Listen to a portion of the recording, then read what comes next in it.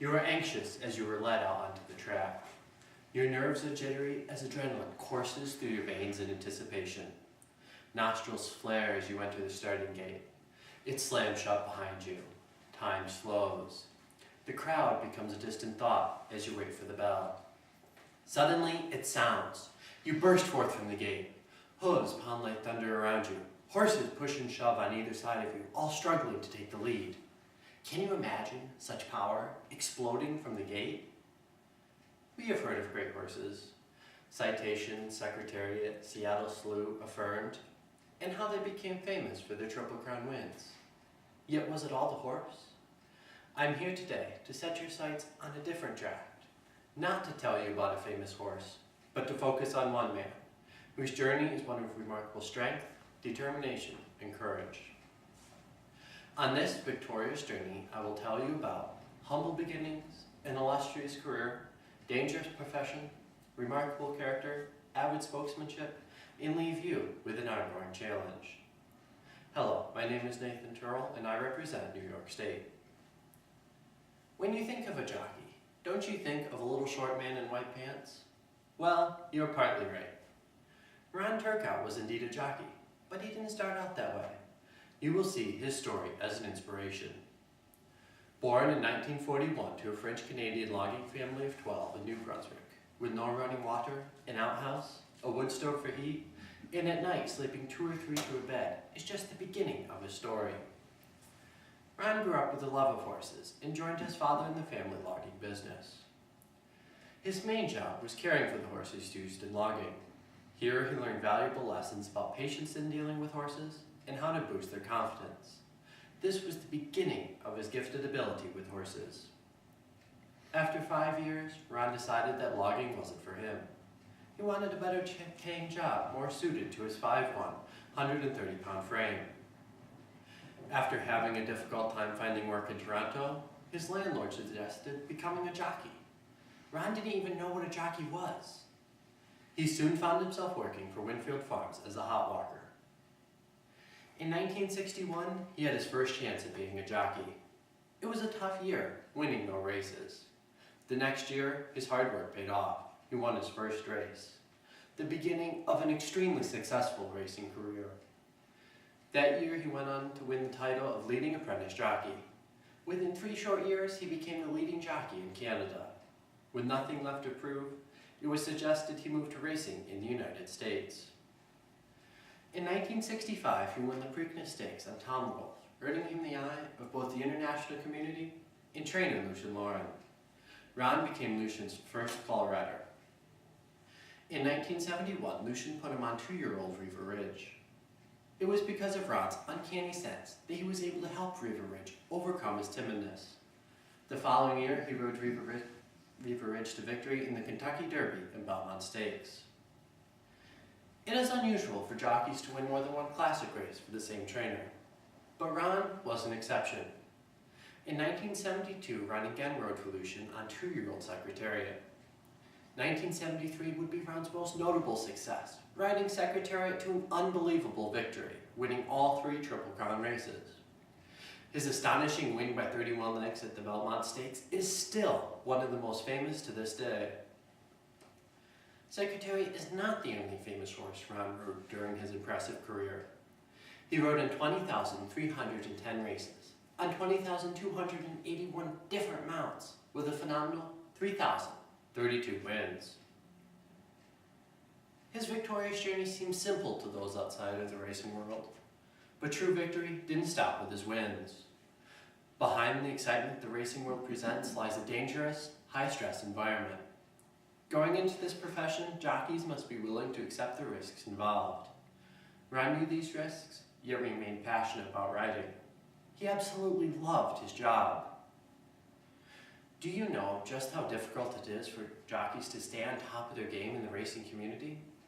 There are many different factors that riders must take into account. One such consideration is weight. Maintaining fitness and specific body weights can be intense. Each racetrack sets weight requirements for each race depending on the horse's age, sex, skill level, and race distance. This weight scale has remained largely unchanged since 1858. The weight horses carry ranges from 116 to 126 pounds. That figure includes the jockey plus about 7 pounds of gear. Every rider will say, for those who can't make weight, someone will come to take his or her place. It's a fragile perch. As a result of the strict weight limits, eating disorders are a constant problem. Most jockeys keep a code of silence about their hardships. Omitting these struggles could cost them their career. Many eat only 1 or 2 low-calorie meals per day. Some don't even drink before weigh-in. In 1995, a study by the Chicago Rehabilitation Institute showed 69% of riders skipped meals, 34% used diuretics, 67% sweated off pounds in the sauna, 30% flipped, a term for self-induced vomiting, and 14% took laxatives. Ron struggled with weight issues. As a result, his wife put him on an 800 calorie per day diet.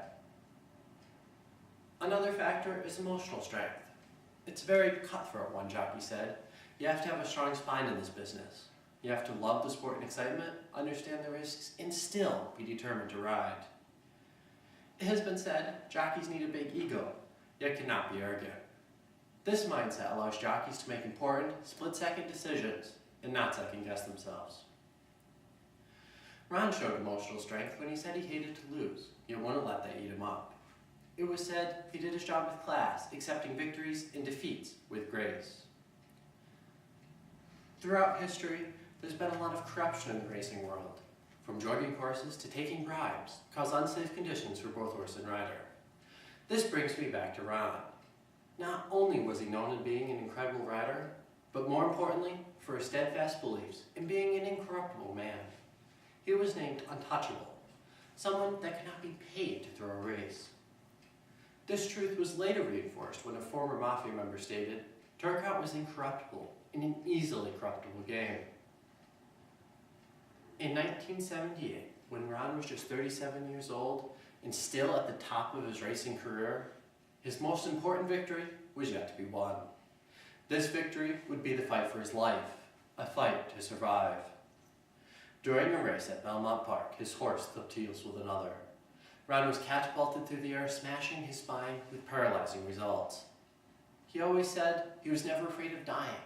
He just never wanted to be paralyzed. This fear was now reality. He never gave up hope he would walk again, but it was not to be. His daughter never remembers her father saying, "Why me?" Instead he said, "Why not me?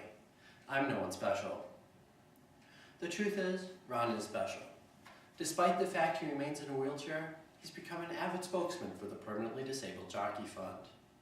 In an effort to raise money and awareness for this fund, he visits racetracks, talks to sports groups, and encourages jockeys. Ron has become an inspiration, not only to jockeys, but also to the disabled.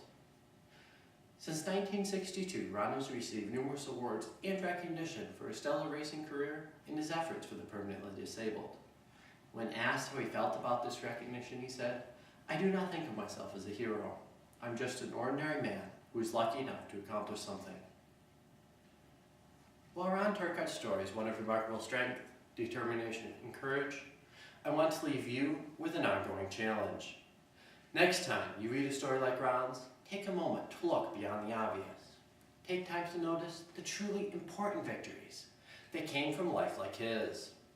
Someone with humble beginnings that had an illustrious career in a dangerous profession, yet maintained remarkable character to become a wonderful spokesman.